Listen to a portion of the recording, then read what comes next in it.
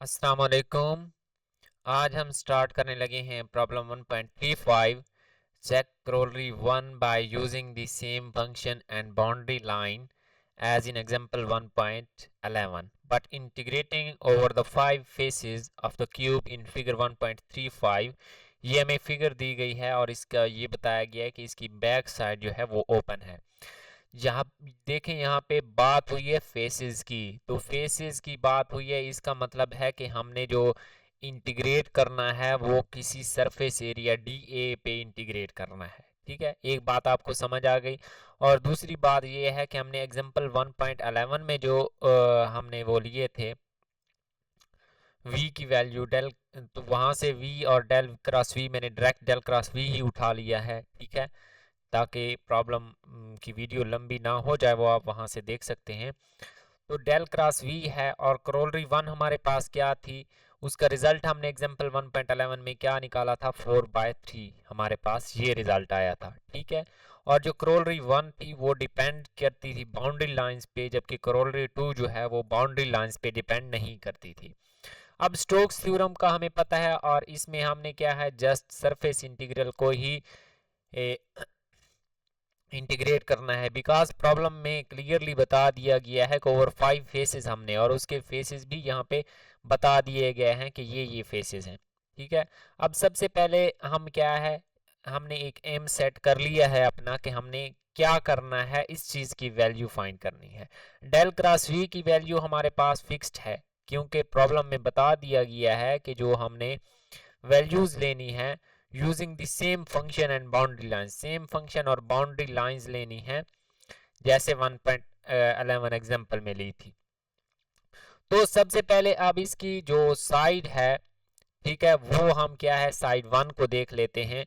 अब साइड 1 के ऊपर हमने ये वाली साइड है, देखें ये जो सामने वाला फेस है ना, ये है हमारे पास साइड 1।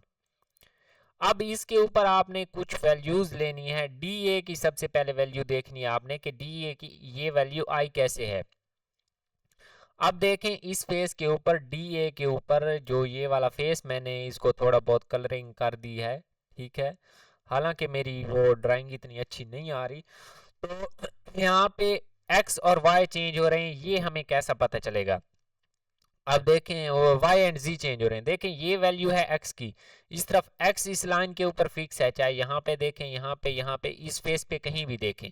लेकिन देखें यहाँ पे x, यहाँ पे y की वैल्यू, x की वैल्यू 1 है फिक्स्ड, और यहाँ से ऊपर जाएंगे तो z की वैल्यू चेंज होगी, इससे राइट साइड जाएंगे तो हमारे पास y की वैल्यू चेंज होगी। मीन्स dy एंड dz ये हमारे पास चेंज को शो कर रहे हैं, बल्कि जबकि x की जो वैल्यू है वो हमारे पास फिक्स है, तो डी ए की वैल्यू आ जाएगी D Y D Z into X cap. और यहाँ पे x की वैल्यू क्या है, फिक्स्ड है 1। ये भी मैंने आपको बता दिया, यहाँ ओरिजिन से देखें, यहाँ से ओरिजिन से यहाँ तक क्या है वैल्यू 1 आएगी जो कि फिक्स्ड वैल्यू है, जबकि y एंड जो z है वो हमारे पास क्या है, चेंज हो रहे हैं 0 से 1 तक, क्योंकि लिमिट हमने वही लेनी है जो एग्जांपल 1.11 में। अब सबसे पहले हम del cross V dot D A find करेंगे, डेल क्रॉस वी की वैल्यू हमें पता है, डॉट डी ए लिखेंगे। अब देखें एक्स कैप है और इधर डॉट प्रोडक्ट है, तो x cap dot x cap 1 होगा, बाकी जी के साथ वाली वैल्यू 0 हो जाएगी, तो सिर्फ यही वैल्यू आ जाएगी। अब इसमें से भी हमें पता है कि x की वैल्यू 1 फिक्स है, तो ये बन जाएगा 4z² minus 2 into D Y D Z. अब इसके ऊपर हमने क्या है, इंटीग्रेट करना है,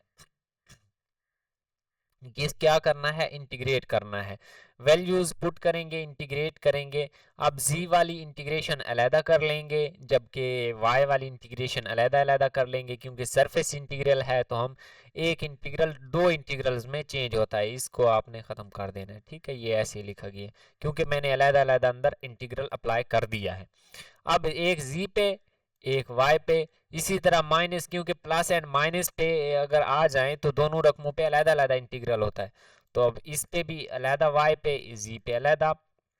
अब z स्क्वायर है तो ये z³/3 बन जाएगा, जब लिमिट पुट करेंगे तो 4/3 बन जाएगा, माइनस इसमें से देखें dy का इंटीग्रल y आ जाएगा, लिमिट्स पुट करेंगे तो 1, dz का z आ जाएगा, लिमिट्स पुट करेंगे तो 1, तो 4/3 माइनस 2 ये हमारे पास आ जाएगा -2/3।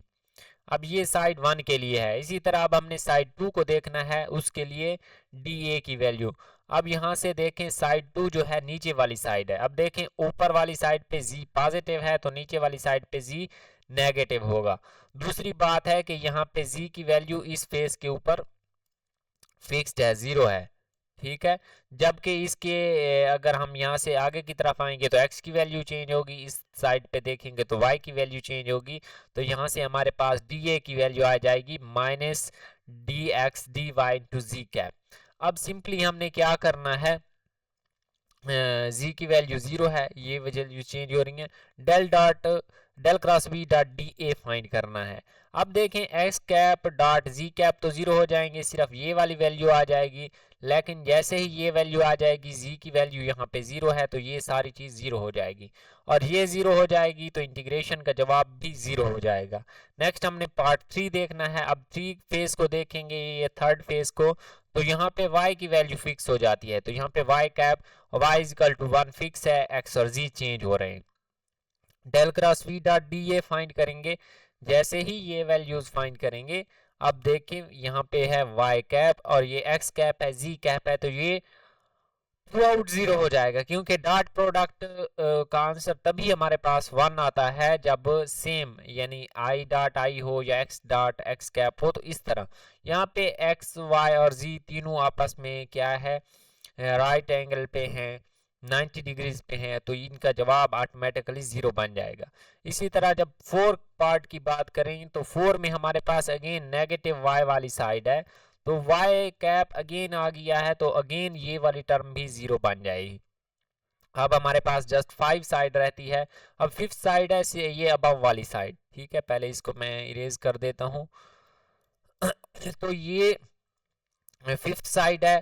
अब ये यहाँ पे z की वैल्यू तो फिक्स है, z इज इक्वल टू 1, क्योंकि ये पूरा फेस z एक्सिस के ऊपर लाई कर रहा है। लेकिन यहाँ पे देखें, यहाँ से अगर इस साइड पे आएंगे तो y चेंज होगा, इस साइड पे आएंगे तो x चेंज होगा।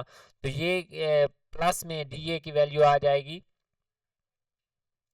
प्लस में आ जाएगी DA की value dx dy into z cap. तो यहाँ पे z is equal to 1 fixed है, जबकि x एंड y चेंज हो रहे हैं। तो यहाँ से सिंपली हमने क्या करना है, इसकी वैल्यू कैलकुलेट करनी है। अगेन ये वाली टर्म 0 हो जाएगी, क्योंकि x cap dot z cap 0 हो जाएगा, तो ये वाली 2z वाली रकम बच जाएगी। अब ये बच जाएगी, इसमें से हमारे पास अगेन z फिक्स है, 1 है, तो 2 dx dy बन जाएगा। जैसे ही हम अलग-अलग इंटीग्रल अप्लाई करेंगे, y पे अलग एंड यहाँ पे x, ठीक है, एक को x कर देना है, एक को y। अब देखें ये y आ जाएगा तो लिमिट पुट करने के बाद 1, ये सिंपली x आ जाएगा तो लिमिट पुट करने के बाद 1 आ जाएगा, तो ये इसका आंसर रहेगा 2। अब नेक्स्ट पार्ट हमारा काम क्या है कि जो जो हमने 5 फेसेस पे इंटीग्रल अप्लाई किए हैं उनको ऐड अप करना। जैसे ही हम उनको ऐड अप करते हैं तो हमारे पास आंसर 4/3 आ जाता है, और यही हमारे पास आंसर था। अगर किसी पॉइंट की समझ नहीं आई तो आप कमेंट सेक्शन में पूछ सकते हैं। मिलते हैं नेक्स्ट वीडियो में। अल्लाह हाफिज़।